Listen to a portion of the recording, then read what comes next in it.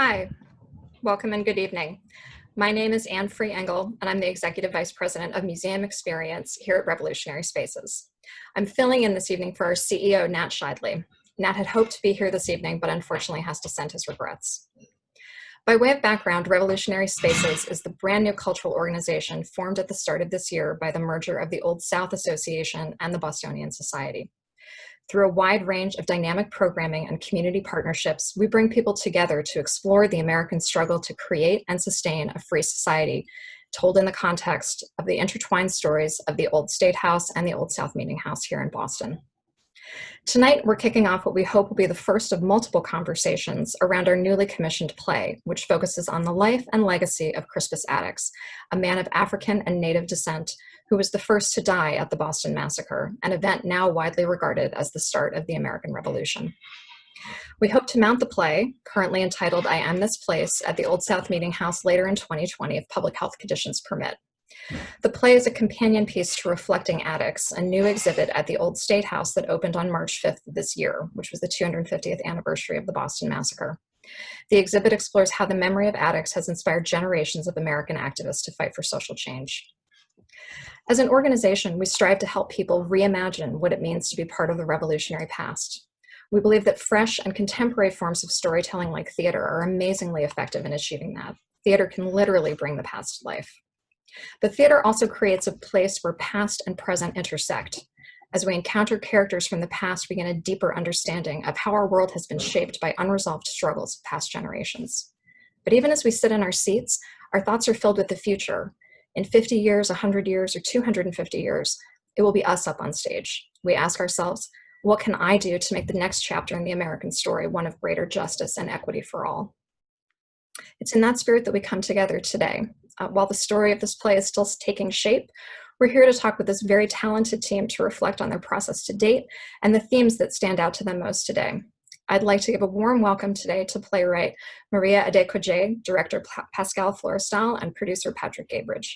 Miranda and Pascale are both new friends to Revolutionary Spaces. Patrick has been an organizational partner for many years in his role as producing artistic director of Plays in Place. We've been fortunate enough to partner with Patrick on multiple times in recent years, including Blood on the Snow and Cato and Dolly. So Patrick, can I turn it over to you now?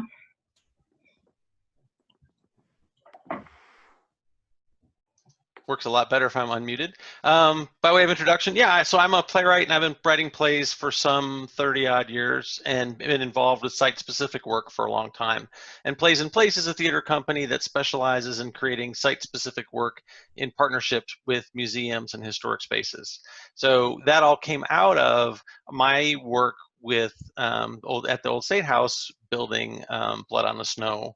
Nat Shidley and I were involved in making that project happen from the very beginning.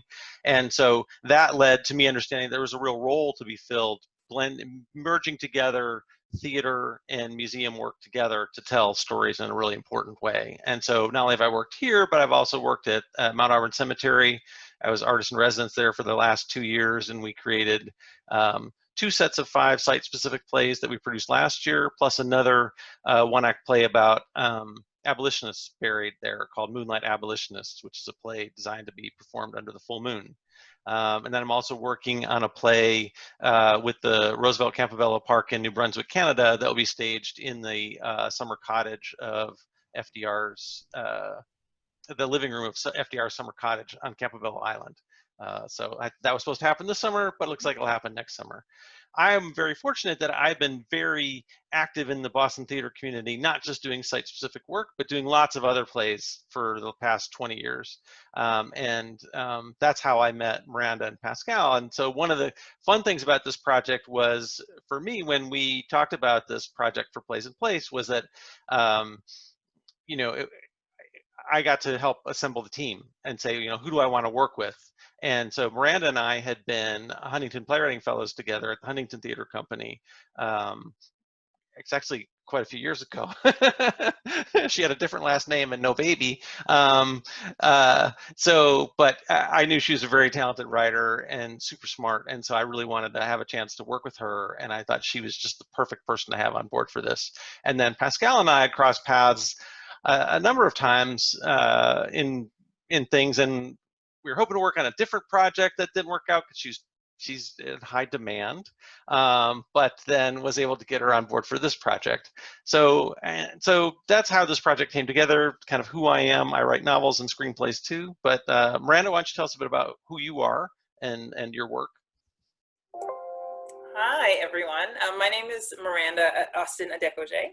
I am, as Pat said, a playwright. I've been in Boston since about 2009, playwriting, and we met at the Huntington Playwright Fellows. I also write, I'm a screenwriter and I'm a producer. So I do storytelling in many different forms. The stage was my first foray into storytelling, and I'm also an actor, so storytelling from that aspect as well. But in terms of compiling stories and making characters, the experience that I have has just kind of opened me up to a plethora of voices, and it's really nice to have so many different mediums with which to share the voices, whether it's on stage or through screen, web media, things like that. That's really my passion. And this project it's just combined not only storytelling part, but also African American history, Native history, which was a new foray, a new experience for me, and it's just really just brought to life the best parts of writing for me. So this has been a wonderful experience thus far, and I'm just looking forward to seeing where it goes.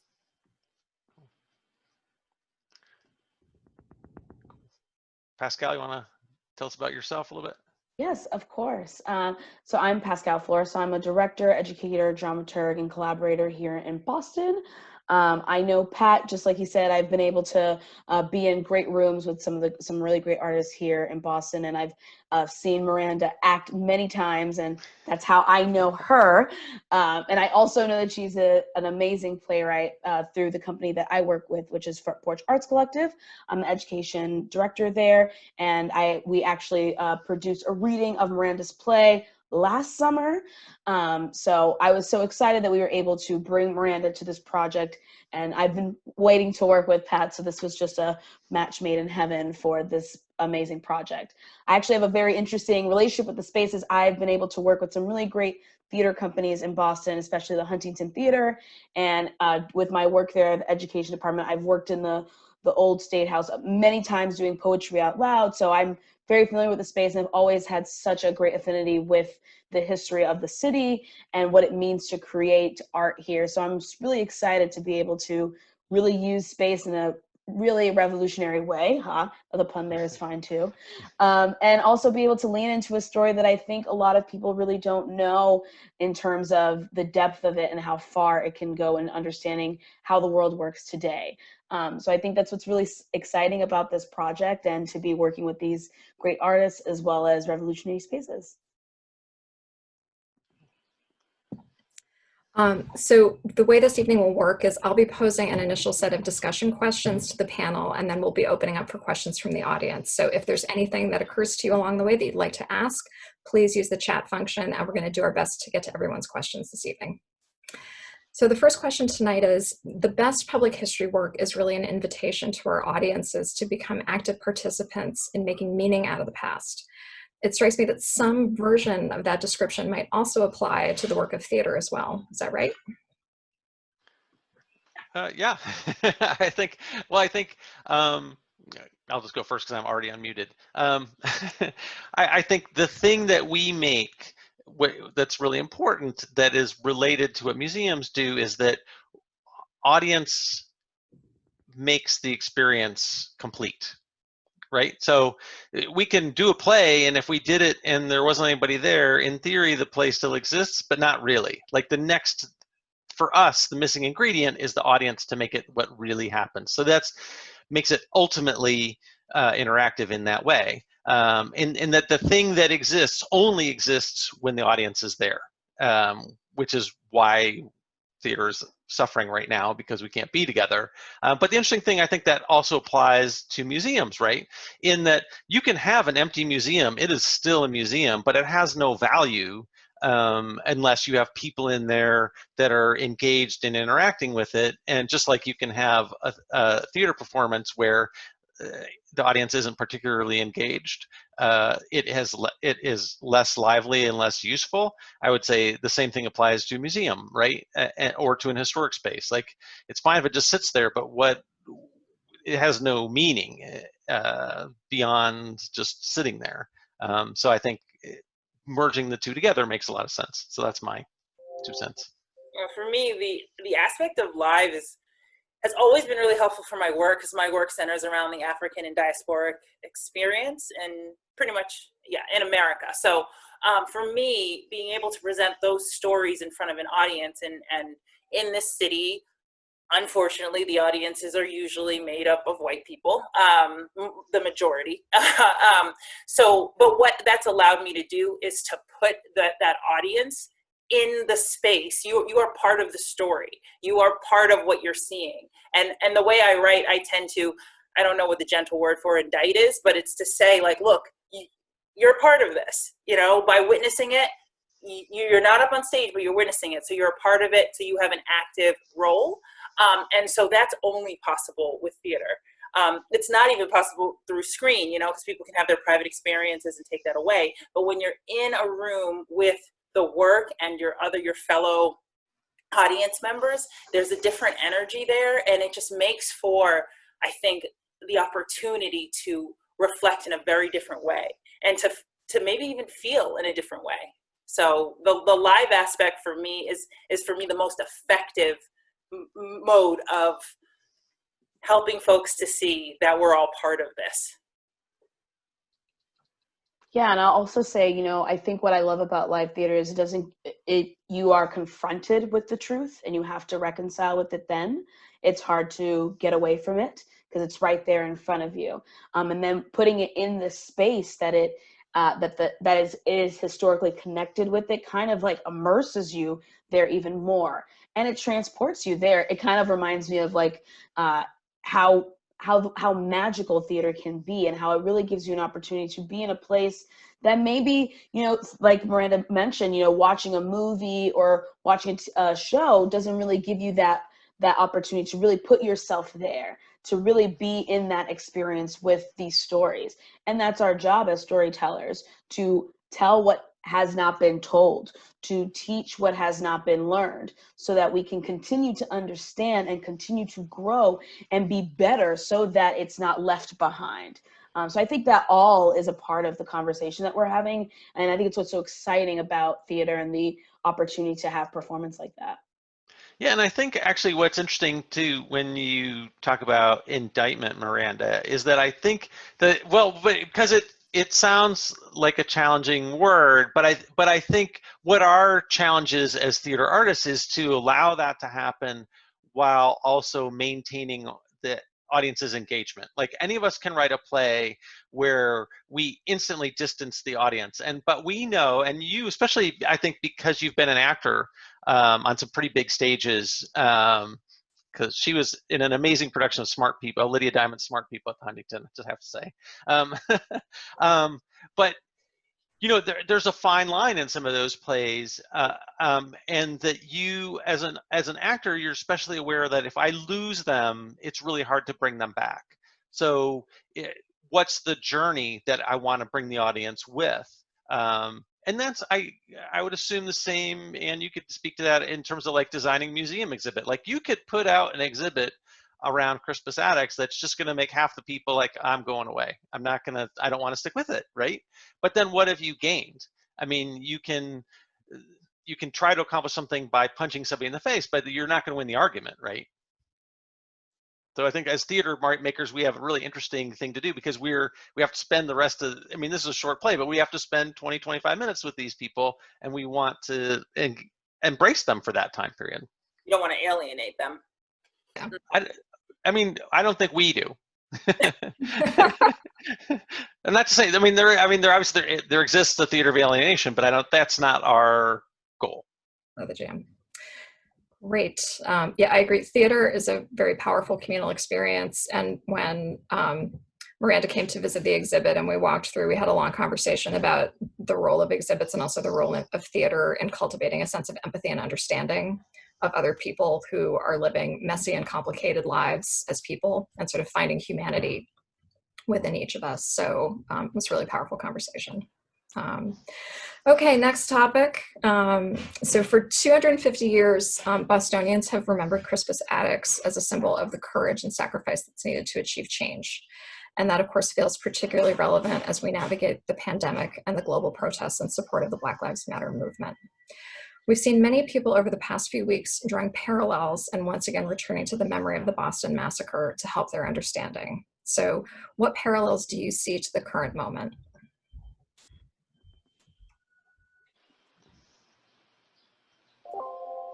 I'll start. I had to. So the parallels are really stunning. To write this play in this environment it's been titillating, it's been cathartic, it's been a slightly agitating as well, because the things that haven't changed are so evident. But as a writer, you're always looking for patterns, right? You're looking for the things that will draw remembrance from a modern audience. So in that, I mean, I kind of had it made for myself, which was great. But at the same time, I think the challenge there is how to translate what can be angering and what can be frustrating. That we're at the same place. We are, so how do I crack this nut so that whoever watches this leaves with a different amount of understanding, with a different nugget, that's not just like, oh, well, that's just been happening. It really is stunning. And I do think that in Crispus Attucks' murder, you can say accidental death, but I use language carefully. America as it is now was indicted twice, right? Because he was part native, half African. And those two populations have been victims of the American way, and are now presently forced to believe in this idea of an American dream, or the ideals that America touts around the world as something that they are a part of. We are a part of when we're not. That's for me the most striking point. I'll say the other, thing that I have discovered or have been thinking about, just, we just recently read Miranda's first draft, which is so exciting, is, to see those patterns consistently happen. But then I think what's even more interesting is the time we're in now, in this space of like having to be confined, in a way of having to reconcile within ourselves what this means for us now. Like, what does it mean for us to understand that this problem, this systemic racism that we have heard of, it's not new, that we are seeing now and are seeing how it has evolved. What does that mean for us? And I think, I'm questioning, how do we enlighten that and remind ourselves of that in this story? How do we, see where the seed was planted and how we got to this place? And what does that mean now? Because we have this plant, we have this thing that we must deal with. And so I'm really curious about what the future holds. And I think that's the parallel that I think we all are trying to understand and figure out. And I'm excited for this moment to do this piece, just because it's always weird when these kind of projects come to you and like the world is like kind of acting with it. It's like, okay, thank you, universe. This is what I have to do with it now. So I think we're gonna, three of us are talking about these conversations as we're talking about the play.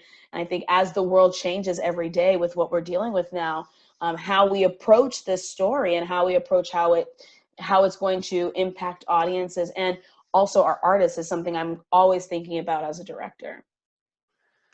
Yeah, I think for me, I mean, what was great about reading the draft of what Miranda's got, I think just in the title of it, I am this place, it's so important in that to me, what I think this piece is doing is it's grounding Crispus it's giving him roots in America, both Native and African, he's fully American, multi-generational as much as anybody else. And so that's really important, because I think that part gets kind of left out when we think about Crispus Attucks in the 5 minutes he's mentioned in history class around the Boston Massacre.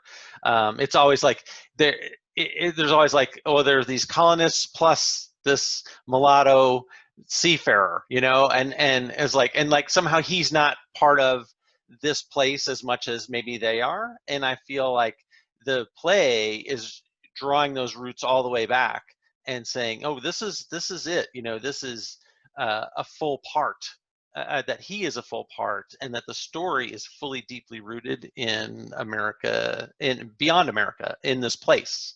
And I find that really exciting. I do think that that actually happens with a lot of diasporic individuals, historical individuals. It's this idea of, you know, Harriet Tubman was X, you know, W.E.B. Du Bois was X, and there's a separation from them being American, which is, I mean, even for me as a full-grown writer and an adult, I didn't identify with America the way that I should have, considering what my lineage is. The 1619 Project, which was a big part of the research for this exhibit, I was grateful to see it as part of like the research, and I went through it.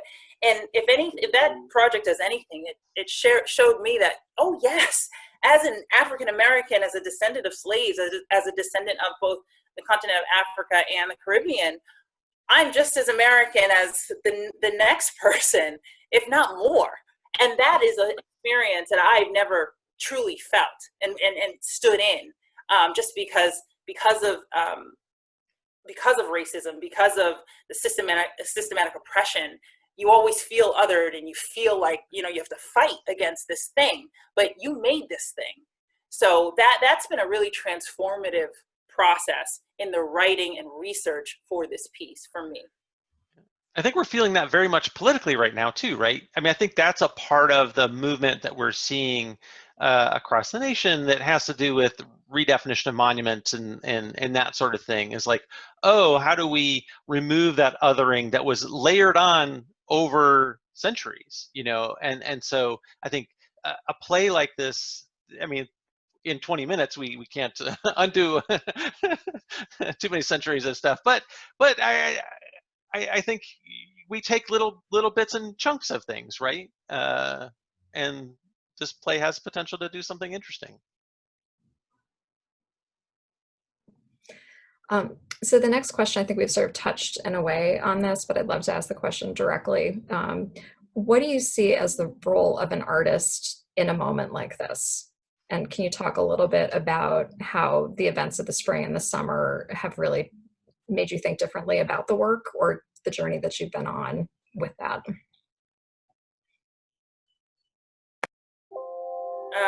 Well, for me, I've had to remain open in a way that, you know, I think in moments like this, George Floyd is this pinnacle, but there are many incidents that have led to this point. Normally, before I was a mom, dug right in, watched all the videos, watched the footage, like, because that feeling would be like, now I gotta write, you know, that feeling would just, I couldn't watch it. I couldn't watch the video. I mean, I've seen obviously what happened. I've seen it described. I've read blog posts, but I could not watch it. And I have to remain open to the emotion and the pulse of the place in order to funnel that into my work. I have to. But for the first time, there's a kind of a limitation I had to put on myself, because I couldn't be broken, right? I couldn't write from that place. That's not what I've been asked to do. That's not what I've been commissioned to do. So I needed to figure out how to live in this body with this consciousness and still be able to do the job. And it's been, like I said, it's been cathartic and it's been triggering, because to Pat's point earlier, you want to invite people in so they can understand. You don't just want to say, this is what you've done and that's it. I mean, you can, and there's nothing wrong with that, because some people will take away from that too. But my entry point for all of my work has always been the human experience, that we've got to remember that we're all people you know, with beating hearts and flowing blood, we've got to see that first. Because the minute you don't see that, that's when you dehumanize. That's when you put your, you know, knee on someone's neck for 8 minutes and you don't look at them, you know, and you don't hear them. So that's important for me as a writer, to stay fully human and to present fully human. So that has been a challenge. It has been, like I said, it's been incredibly healing. But at the same time, it was very difficult because so much is going on, and you want to represent. As a writer, as a diasporic writer, I represent my people, 100%. Like that's what I do. That's the stance I take.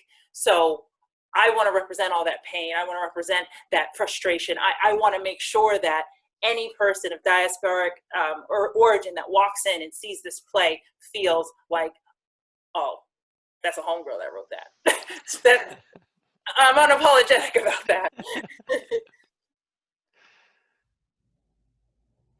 I'll also say, you know, I think Nina Simone said it best, you know, an artist's job is to speak to the moment and speak to what's happening.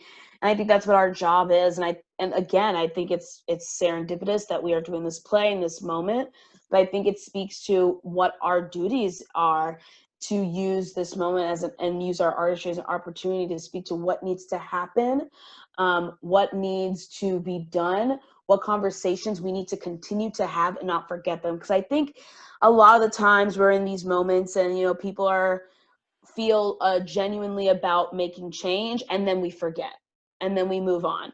I recently did a play about police brutality in January called Passover by Antoinette Nwandu. And it speaks to what we are seeing happening today. And in the end, there's the white actor who kills one of the black actors says, oh, you know, so bad. Oh man. Oh well, all in a day. And I think it's that thing we've I think with the internet and the way that we are consuming so much, we've been able to numb ourselves and be okay with seeing this tragedy happen over and over again. And my hope is that this kind of art and this kind of theater can give an opportunity for people to stop and understand that this is not, it's happening. It hasn't stopped.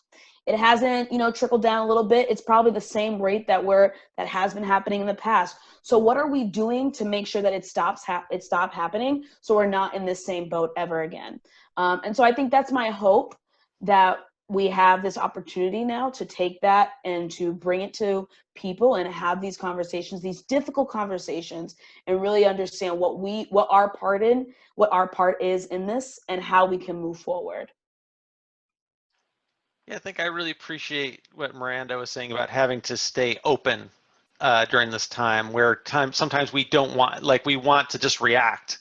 But part of this, having this project on board, I think that this project felt very concrete, like a real focuser, right? I mean, I'm not the one who has to write it, but I'm still thinking about it a lot. And I know Miranda is thinking about it a lot for the last couple months.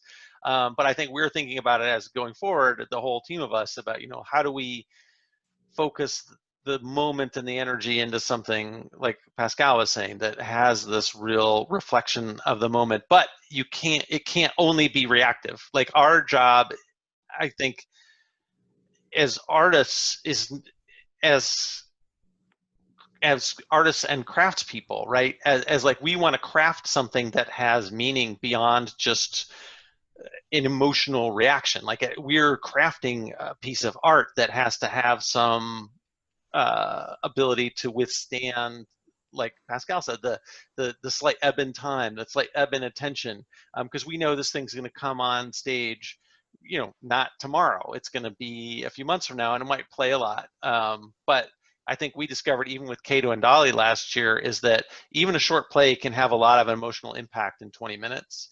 So we have an opportunity ahead of us, but it requires that we take that step back and are trying to really take in the broader picture sometimes. And that's hard when there's so many forces pushing us, I think.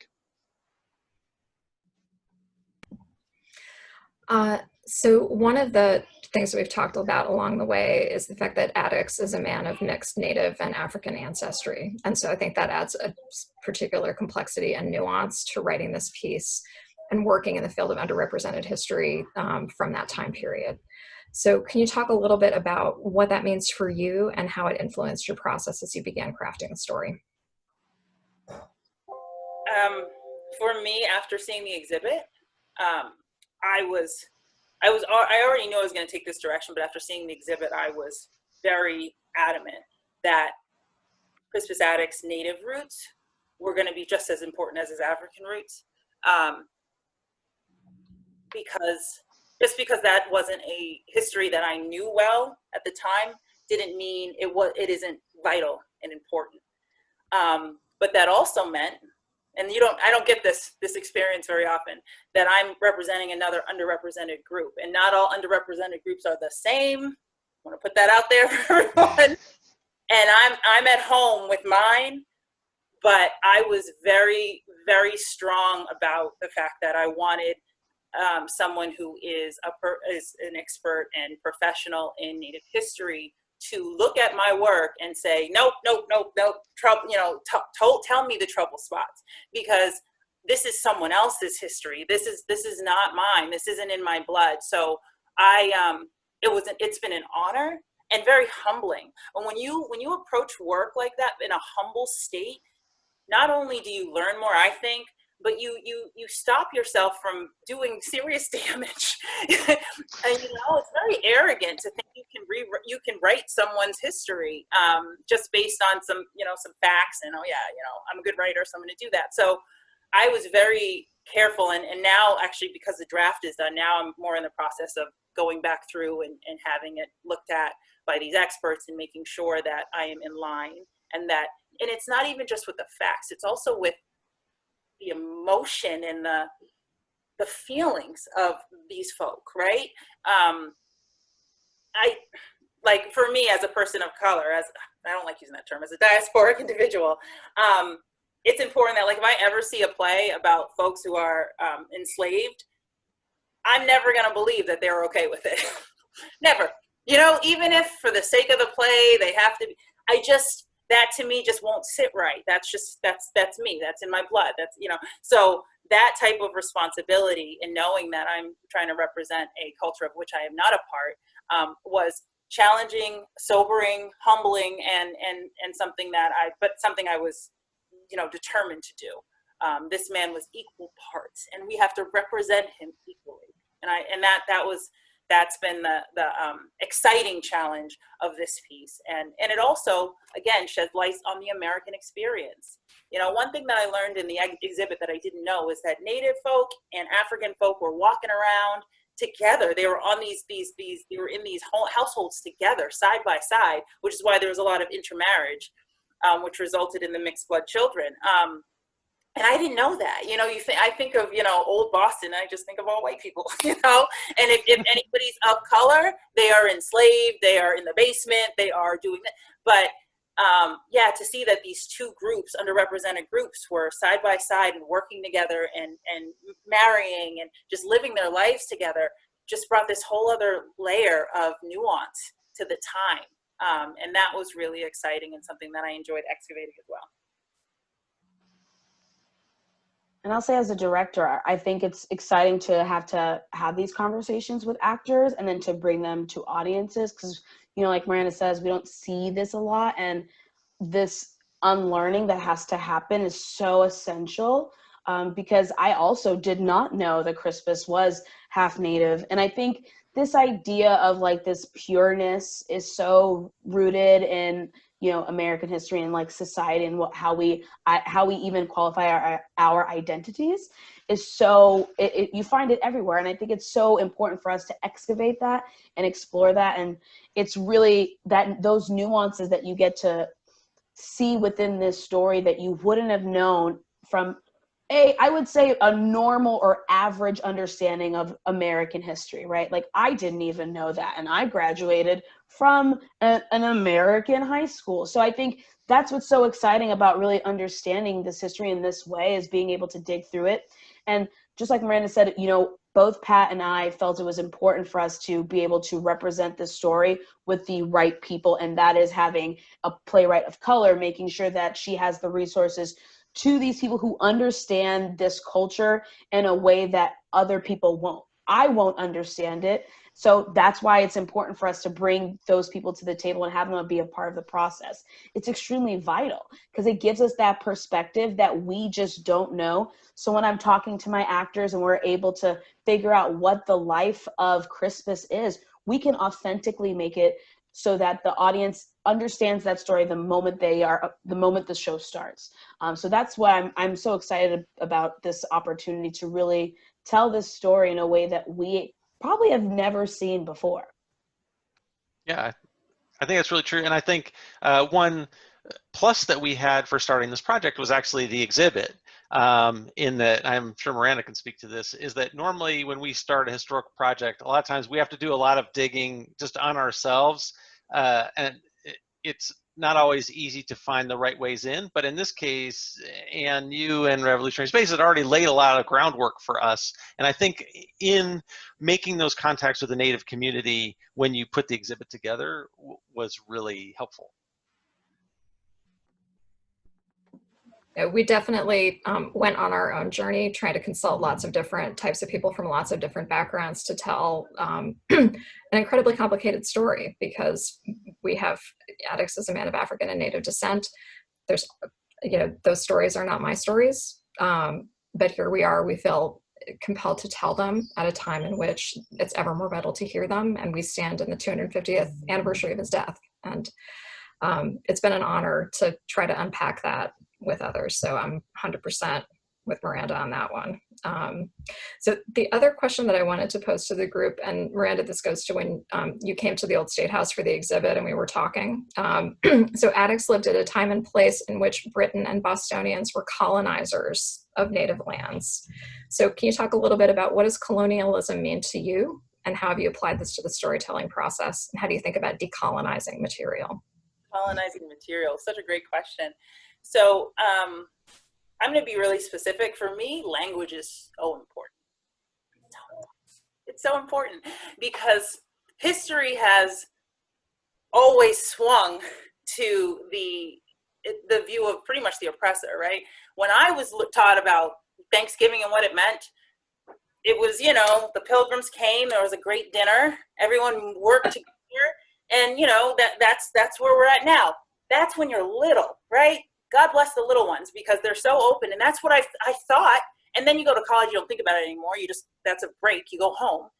Took me pretty far along to suddenly stop and say, let me actually figure out what happened. Then you find out what's real. And by that time, there's so much, unpacking that you have to do to then say, okay, how am I going to teach my daughter what this holiday is about, what happened historically versus how we're going to, celebrate it in our family. So language and those stories are important. And for years, centuries, they've swung one way, right? So for me, I think we have to be really careful in how we term things. And I'm going to talk specifically about a couple of things in the play. Even the word like colonist, I said, well, what would African or Native people call these people who colonize them? Would they say they're the colonists? I don't know. I don't know. Or would they say there are the pale faces? I have no idea. But I think it's important to have that question, right? Because this play is theirs. It's not about the eye of history, and the eye of history tends to be white and male. It's not about that. That's not the eye. That's not the voice that's speaking the story. So getting in on the ground level of language, I think, is super duper important. Another thing that I actually learned from the exhibit that I didn't know is even the term people of color. It was created as a way of labeling folks. So there's mulatto, there was people of color. It was a way of categorizing society. So what was your blood mixed with, basically? And people of color and mulattoes were different from even the natives, right? Because they had African blood mixed in. I don't like the term people of color. I never have, but I never knew why. Now I know why. There was an oppressor's word, right? So those things are important because those are the things we say casually. And then again, you have to separate yourself, right? Because now culture is getting on the BIPOC, what is it? What's that? BIPOC is Black, Indigenous people of color. And that's what the culture is trying to push. And God bless them, they're doing their best. And I get it, it's better than minority, which is a lie, but it's not correct either. So it's just like reclaiming language, reclaiming those things. They seem so small, but they're so important, because if you teach little ones that truth from little, they're going to be able to say, oh, that's not true. You know, you can't teach me that lie. So yeah, I mean, I have to decolonize my own mind every day. So doing that through writing is, you do have tools, you have language, right? You have how these characters are represented. There's a good possibility, I don't know if Crispus was, how educated he was. Like, I don't know that. Like, but based on the context, he probably didn't have a formal education. So that would, then you would say, okay, well, historically, that would affect the way he speaks. That's true. Now for me as a writer and as a creative person who knows I have 20 minutes in order to make an impression, don't care. Like, I'm taking my liberties, just like, history took their liberties on our story. I'm taking my liberties, and I'm going to say, no, he's going to be the most, erudite man that makes sure that everyone in that audience understands what he died for, what he was doing. And I'm okay with that. And if anyone steps to me on that, I'm okay defending that. Because again, when the pendulum has swung one way for so long and created so many oh, we're talking about wallpaper, brick, plaster of like this incorrect information, when we have these spaces and we don't get these spaces often. I mean, we do now because everyone's in the, I like people of color, I like Black people. How do I say it? Everyone wants to do that. So we're getting those spaces, they're plugging us in. And we have these little moments, and we have to take them for everything they're worth and try and crack that narrative. So it takes care. You have to be specific, and you have to be able to defend your choices, but you have to know that those are choices. And a lot of time history is taught to us as if it's just fact. So that's how I approach decolonizing even my own work and my own thoughts, is just saying, how do these people speak? What would they say? What would they want to be called? I know that they were called something else, but what would they want to be called? And I'm okay taking creative liberties with that for the sake of good and for the sake of truth. I'll say, by having the story be told by a woman of color, that, in my opinion, decolonizes the material inherently. So much of history we learn through the eyes and gaze of white men, and that creates a specific perspective for us to understand the experience of certain people and certain historical moments. And so by having Miranda and me be a part of this way of crafting the story, we're able to put a perspective that a white man cannot be able to understand. I think that's extremely important moving forward when we tell stories that represent people of color, that represent Black people. You should see people of color a part of those teams. I think one of the things I can't stand to see in art is when I see stories that are about people of color with not one person of color a part of that process. How do you know? Just like Miranda says, these specific kinds of experiences are only known by those people. Like, you can be an expert, but if you have never lived that experience, you have no way of understanding and saying that you can speak to that story. So bringing those people to the table decolonizes that work and really brings the authentic story to the table and represents the story that should be told and how it should be told.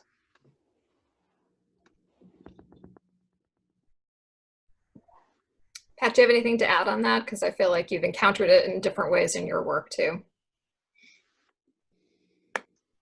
Yeah, I mean, so I'm a white guy, so I have an inherently biased, colonized perspective in my head, but I also have a multiracial family and have had to think about this stuff for a long time.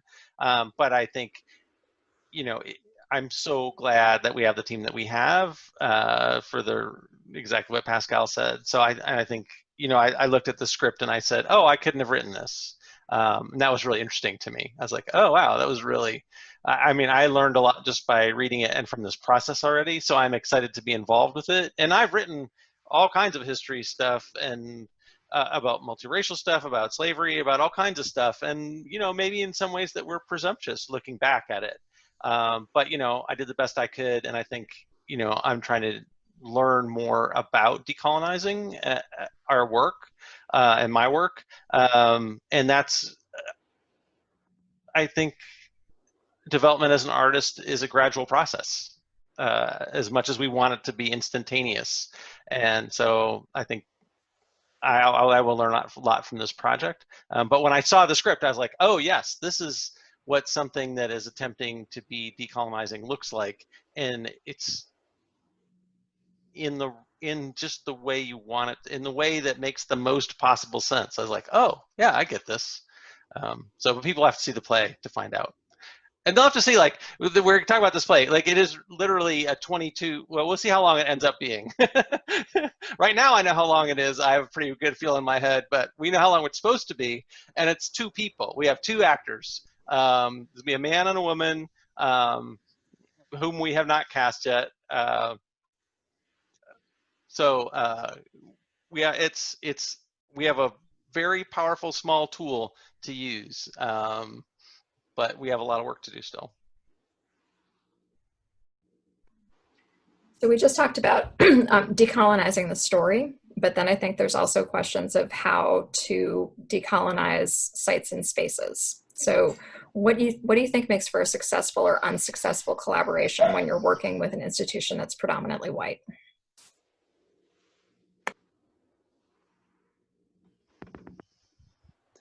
I think a successful relationship is making sure that the partnership includes people of color, whether that's whether that's in this situation that we have, where we're able to have artists of color bring the story to the space. And I always say if there are no people of color at the institution, I think that's always a place to look into. Like, what are you doing as an institution to make sure that you're reaching out to that community? Because if they can't see themselves in the spaces there, they are not going to want to go there. And I've encountered this in so many times in the work that I've done here. I'm not originally from Boston. I'm from Miami. So I moved here about like 6 or 7 years ago, but it's always daunting to me to meet people who are born and raised in Boston, who live 20 minutes away from, from these institutions and these places, and never set foot in them. And it's like, what are we doing as institutions that we're not even giving the opportunity for people who are from here to feel like they can come here and be comfortable? And I know myself as an artist of color, sometimes that means that you have to, make yourself uncomfortable in a place that you don't feel comfortable in, and continue to do that over and over again so that you can feel that you can bring more people who look like you there. So I think it's, really doing the work of bringing those people into your institution so that they're able to make those connections and those collaborations with people, so it's not looking one way. Like, Boston is a very diverse city, so the institutions that support the city should look the way that the city looks. And I think that's how more institutions should try, or it's not even trying anymore, it should just do that and really look to different people who are making that work happen and have that be more part of their leadership in their institution. I felt when we sat down to talk about this exhibit for the first time, something that really struck me, not only the people who were in the room, because it was the 4 of us, and so there's representation there, but it was also the fact that what Pascale just said is that sometimes we as diasporic individuals have to be uncomfortable in these mostly white spaces and eat it a bit just so that we can make a way for other people. And it felt like in the curation of the exhibit, the Revolutionary Spaces staff made themselves very uncomfortable with in having to talk to the different tribes and get into the Native history and basically talk incorrectly and be corrected in order that this exhibit was right. To me, that said something, because a lot of gatekeepers don't do that, right? They get the positions they do because they're like, well, I have an expertise, so if something doesn't match what I think I know, I can just say, no, this one's not getting produced, or this one's not happening. And so to know that, when I knew that the leadership of these spaces took on a humble stance to say, look, we don't know this, we're probably going to misspeak, but we want to get it right for the exhibit, so please teach us. And then had incredible, connections with the Native communities and folks who knew the history, and they actually let them lead. That to me said, okay, yeah, I can find a home here too, because there takes a certain amount of humility and a certain amount of willingness to say, I don't know, but this is important, so can you please help us? I don't see that often, and that's how we change the game in art. That's how we change the game in any kind of social institution that's meant to be for the people or for the community and for all, that mindset, I think, just breeds so much communication and this idea of, okay, we're trying to see you. How do we do it? So that to me was a very specific example of like, this is the right way to do this thing. We talk about it, but they're actually doing it, which I haven't seen very often, even in theater. So yeah. I appreciate that. Thank you. We still have a long way to go, but I think that sense of wanting to operate in a spirit of real humility and learning is the essence of what we're doing. And I think we're very clear as an institution that we're going to continue to make mistakes along the way, but our goal is to really just keep trying and keep doing better, because these stories have to be told in a different way for us to heal as a country. So that's what we're here for. That is what. I just want to add one thing that we talked about this at our meeting with Pascale and Miranda the other day. One thing that was kind of cool for us is just realizing that there is a current wave of people trying to put out statements and trying to be on board with all this, which is great and yay. But it was really nice to be working with an institution, and I've worked with the predecessor of Revolutionary Spaces for a long time, but your institution has been doing this change work for a little while now. It's not like it just started a month ago when with George Floyd or, you know, Breonna Taylor, or, you know, like this work had already been in process. And I think I won't speak for Pascale and Miranda, but it was helpful when we come into the room to know that that spirit that Miranda's talking about is not like a reactive spirit. It was a thoughtful engagement of like, oh, this is the world we need to change, but not like in reaction to like an event and now we're scrambling. Because I'm sure Pascale can speak about we're all watching our artistic community doing cartwheels right now. And, you know, I've been writing about racial politics for a long time, and, you know, I could write the same play that I wrote 15 years ago and it wouldn't seem that different today. And so it's kind of like, okay, well, let's make sure those cartwheels keep on turning for a little while when this settles down. And I think it was encouraging to see that Revolutionary Spaces had already been making those moves thoughtfully for a while. Since I see the questions piling up, I'm going to start digging in to the questions from the audience. So the first one is, I wonder if it's difficult to write a play about Attucks given that relatively little is known about him. Does there need to be a fair amount of conjecture? No. In that, I will say I am the right writer because I like writing in the dark. I do. For me, knowing about something, being predisposed to certain thoughts is not helpful to my artistic process. Because I knew nothing, I was able to go through that exhibit and in my mind, create characters around his life. So for the person who asked that question, the way that the play was crafted is the way that the exhibit was crafted. So we don't know very much about Attucks, you know, in terms of in his own words, but what we know is he was half Native. He was half African. He was a seaman. We know where he was in Framingham. Like, we know things about his life and the context of the place, and that's all we had. So that had to delineate this man. For me, that's the way to write, because you don't have anything.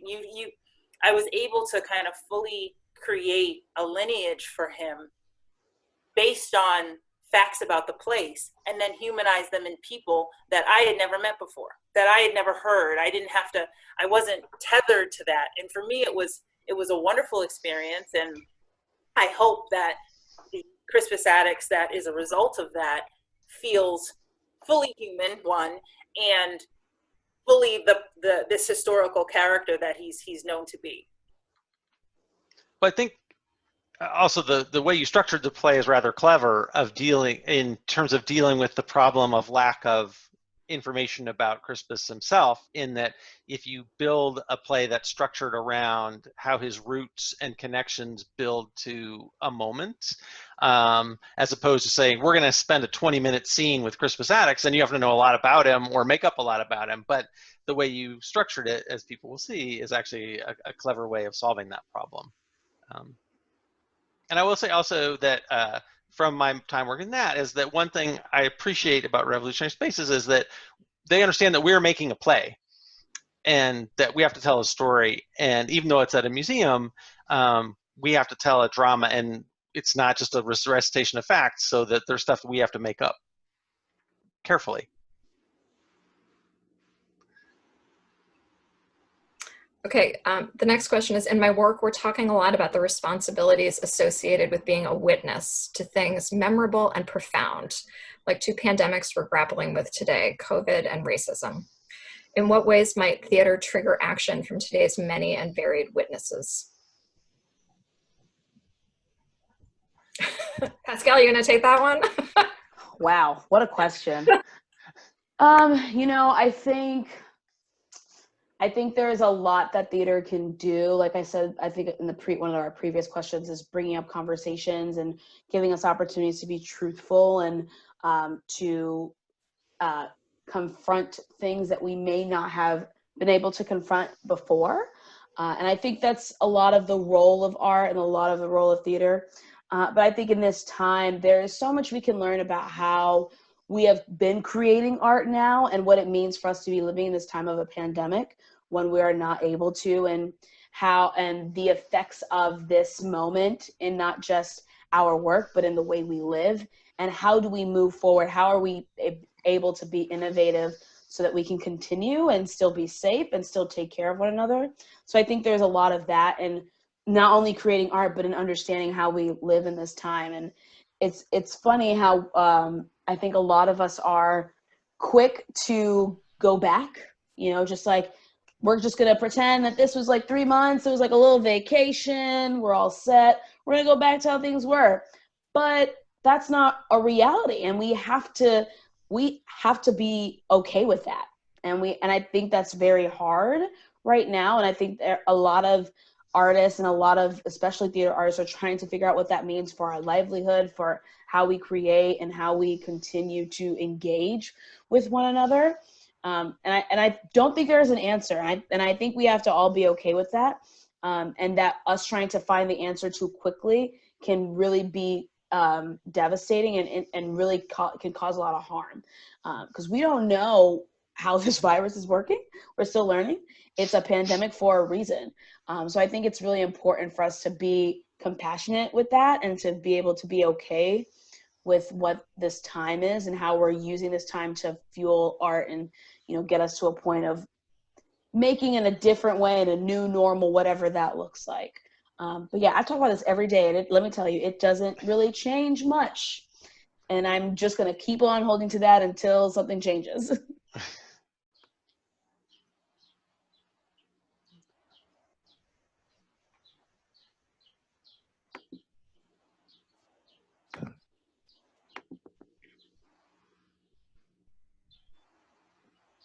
Sorry, my unmute was misbehaving. One of the audience members wanted us to note that it's one of the interesting things is that Attucks was less restricted as an African American in Boston than he was as a Native American in Boston. At that time in Boston, Native peoples were not allowed to basically walk the streets without being escorted.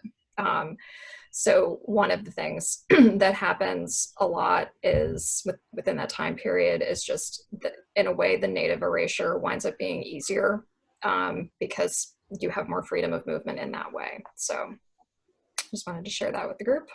Thank you. So, okay. So next up, someone noted that they've been addressing the story and the history of Attucks over the last 20 years and wanted to flag that the most important part has always been that there's a story around equal human rights as sort of the premier issue here. And this individual created the Friends of Crispus Attucks to make sure that the legacy of Attucks will be commemorated in the city of Boston. So I don't know if you wanted to comment on this issue of equal rights, equal human rights as being kind of one way to think about the Attucks story.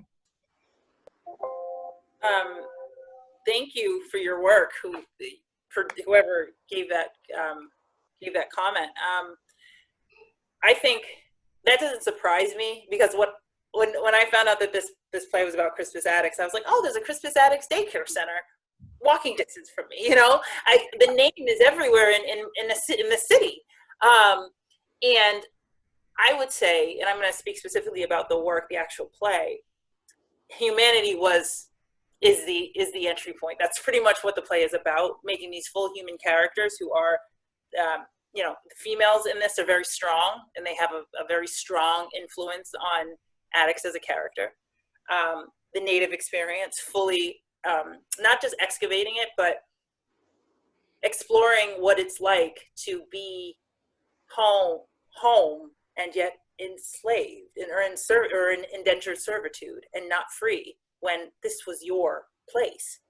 You didn't come from someplace else. So that exploration, and then obviously the African experience of being taken from your home and planted someplace. Those being robbed of those freedoms should be a narrative and should be a journey that everybody should be willing to go on, because that's life, liberty, and the pursuit of happiness. Like, that's in us as again, human beings with beating hearts and flowing blood. So we happen to be talking about folk for whom that was taken, but that doesn't make them any less human. If anything, if you are walking in those freedoms, which most of us are now, in a general sense, you should be able to lean in, right? And to find pieces from that. So the idea of the full humanity for all is something that I hope the play encapsulates. And I absolutely know that Crispus, both as a man in real life, but also what he represents, is that's what it's about.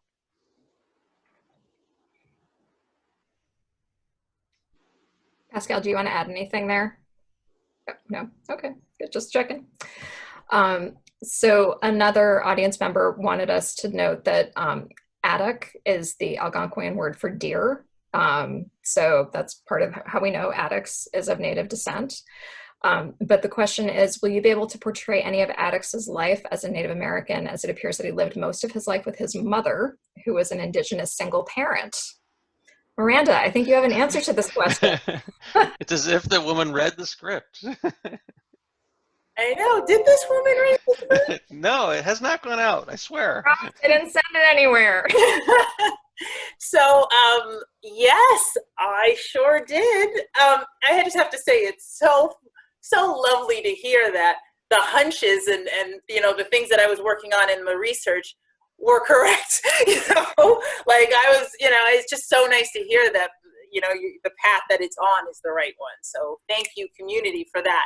And if it was wrong, I'd like to know that too. But the play does focus actually on the matriarchal line of Crispus Attucks and his mother and his grandmother and his great-grandmother. I did learn in my research that a lot of tribes were matriarchal, so the women had a big part in a lot of obviously the child rearing, but also the food preparation, the creation of these communities. So that was really important to me to represent, as well as the idea of storytelling and oral history, because just because we couldn't write it down, the griots, that's the African term, but the idea of telling stories and teaching through telling what you learned from your grandmother and she learned from her grandma is so important. And so that's a really strong part of the play, actually. And this is partially due to the casting. I knew it was one man and one woman, and we had to kind of keep it going. So it was about this son and his mother, and that connection. So I'm super excited, and I'm glad that this is on the right path, that we're on the right path. So someone else wonders if you'll give away any more of the content on the script right now, or if you're going to hold it back for a while. I saw Pat getting nervous. Yeah, because you don't want to give too much away. It's only 20 minutes. She gave a lot. She gave a lot. Right, it's only 20 minutes. You got the structure already. So I think we're, technically she gave a lot. So yeah. I believe she did. I believe she did. Okay. However, we do have a question that I think you might be able to answer, which is it 2 characters or multiple characters portrayed by 2 actors? And also, is Attucks a character? That's a really good question. That makes me think, oh, that would have been clever. Attucks is a character. He is, and it's two actors playing multiple characters. And for people that don't know, this will be staged in Old South Meeting House. So I'm not sure how clear that was. And that's Pascale gets the joy of figuring out how we're going to make that all happen. But that's the exciting part.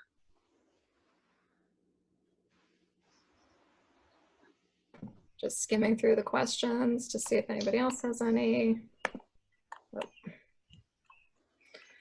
right, skip down on me. Okay. All right. Sorry. Okay. All right. I think those were all the questions, unless anybody wants to send another one in. Oh, sorry, nope, someone just sent one in. Okay, how has the venue influenced your thinking about the development of the piece? The work is going to be staged at the Old South Meeting House. We visited the Old South Meeting House at the beginning at like the jump off meeting and got to walk up the narrow stairway of the pulpit and see the top, like the risers, and also there's lots of views on the bottom. And it just being in the space is helpful to know. You have to know your playing space, right? And that's something that I can actually develop even more, is just like the playing space is where these characters can go and how they can move and how to best use the two levels, because that's actually a great thing to have. You don't always have that in a playing space.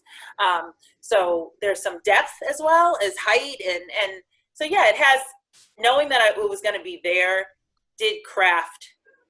definitely crafted some of the scenes, because I mean, I don't know if people know about playwriting, but you usually open up with a descriptor of kind of where you are and what's happening, and yeah, having the space it led every single entrance to a scene for me. I think in terms of putting this project together, it's helpful for us that Pascale has spent a lot of time in that space already, just because knowing a space, I've spent a lot of time doing site-specific work, and knowing it makes a big difference. And I think, for Miranda, what playwrights don't always get is the idea that, like, I already know what the set looks like for the play that it's going to be, and I already know that it's going to be done. I think those are two things that you two are both facing. Like, this is really going to happen. We know exactly where it's going to be. We know what it's going to look like. So there's affecting how you're going to approach both directing and writing, I think. And I think the space itself also serves as another character too, because it talks to the moment of the play when you're in a specific place that relates to the story. So that's really exciting. Just like Pat said, I've been in the space before. So now to move it into a story that lives or is supposed to be there brings a whole other element of the process that I'm so looking forward to, and I think really will transport the audience to that moment and give them a perspective they have never experienced before.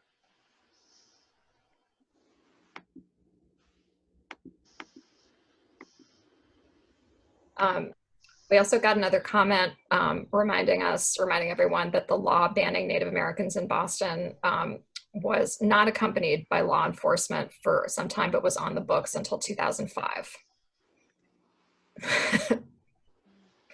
Yep. Good to know we can change eventually, but pretty horrifying nonetheless. Great. Well, I think if no one has any other questions, any parting remarks from any of our amazing panelists, this has been such a wonderful evening. But any concluding thoughts from any of you?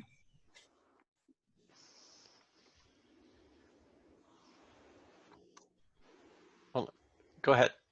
I was gonna say, I see someone asked when the play is going to come out,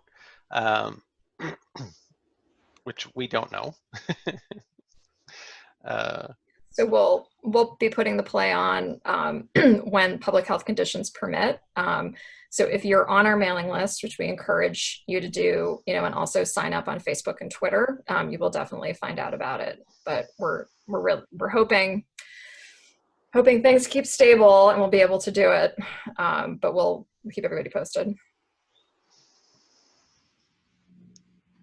I guess as a parting thought, I will say it's been wonderful to be part of this conversation and to feel like I don't feel like just the hired artist. I feel like part of not only what Revolutionary Spaces is doing, but also just part of this moment, which isn't something that I would ever anticipated when we had our first meeting. So and now due to this experience, this Zoom call, I now feel like part of this community of folks that are commemorating addicts like actively in Boston. And so I would just like to make myself available we'll figure out how to do this offline, to these folks who are saying that they've done lots of work in the community and also just in terms of historically on addicts' life. Those are people I would like to connect with. So I'm so glad to have met this community and to be able to present something that I think I'm very proud of. And I'll just say again, it's so exciting to be doing this project now, to be speaking to the themes that is not only important, I think, to my work, but also to the moment now. And as we continue the process, I look forward to what the future holds and how we can continue to engage audiences. That's my favorite part of creating, is engaging with the audience and giving them an opportunity to be a part of this dialogue. So this is the first part. I'm excited for more opportunities and to keep moving forward. I think I'd just say I'm, grateful to the institution for sticking with this project. It's obviously an incredibly difficult time institutionally in the world, and I think a lot of us as theater artists are fighting kind of a sense of despair as we've watched our art form and industry completely crumble around us. And so I cannot tell you how important it's been to feel like we're having a chance to do not just work, but important work, and to feel like Revolutionary Spaces has made the commitment to like, this matters and we'll get it to happen eventually. But I think as artists, as theater artists, this is a real shining beacon of light at this moment. And I really appreciate that. And we definitely need lots of shining beacons of light right now. So I'm grateful to be in this crew. So I should let everyone know also that in addition to the play, one of the things we're going to be working on in the back half of the year is finding a way to take as much of the exhibit digital as possible and trying to put together a whole series of panel discussions. So yet another reason to follow us on social media and sign up for the newsletter. So stay tuned, we're pulling that together and look forward to inviting you to more dialogues like this with more amazingly interesting and cool people.